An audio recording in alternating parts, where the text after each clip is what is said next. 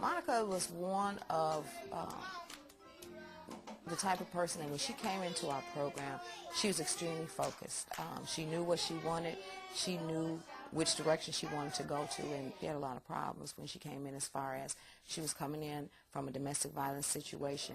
I had went to the women's shelter. At first it was kind of hard, you know, having small children, moving from here to there. She was having other problems with her children from this experience, and what our job is to help them find counseling so that they can move on from that. I was having problems with my younger son. My younger son started seeking out violence. He started hitting. My oldest child, she was just withdrawn. She was more quiet.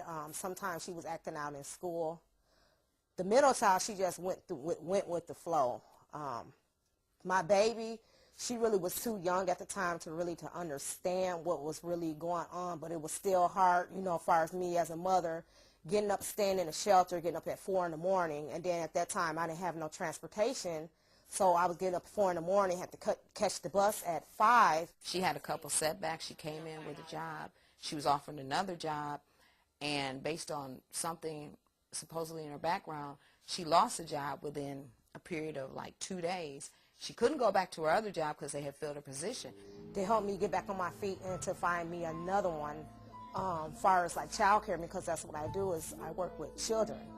And so they helped me find, to go out there, places to seek and find that has child care openings or child care jobs, resources as far as YWCA that was out there that can help me. During all this process, while she was there, she went to school.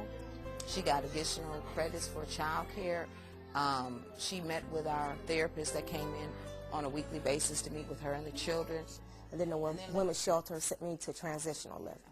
When I got to the Transitional Living, everything was all right for me. It was such a blessing to have doors open that can help me.